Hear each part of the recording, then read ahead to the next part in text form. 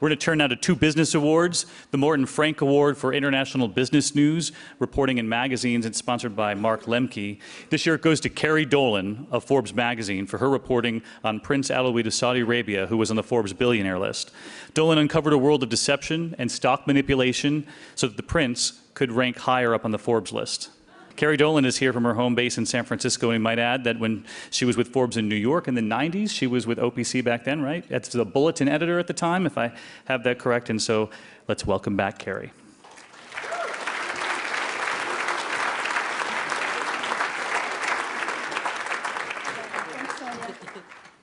Thank you. I never thought when I was the bulletin editor back in the 90s that I would be back here receiving an award tonight. I also never thought when I first met Prince Alawite of Saudi Arabia, a renowned investor and perhaps the most voluble Saudi in the world, that I would one day be skewering him in the pages of Forbes. But what happened is over a period of 15 years gathering string, my job was to update and figure out his net worth each year for our billionaires list.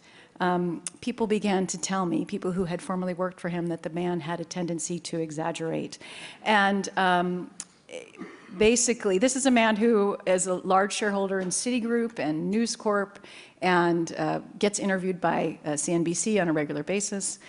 And I was able to basically show that he had manipulated his stock price so that instead of being worth $29 billion, we found that he was worth $20 billion.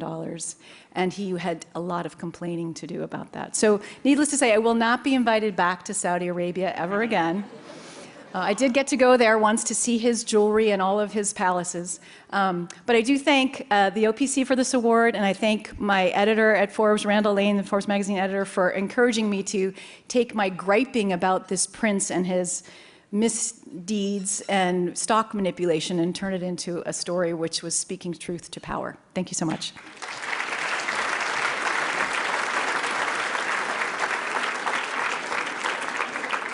The citation in this category goes to Nicholas Shaxson for his article, A Tale of Two Londons, in Vanity Fair.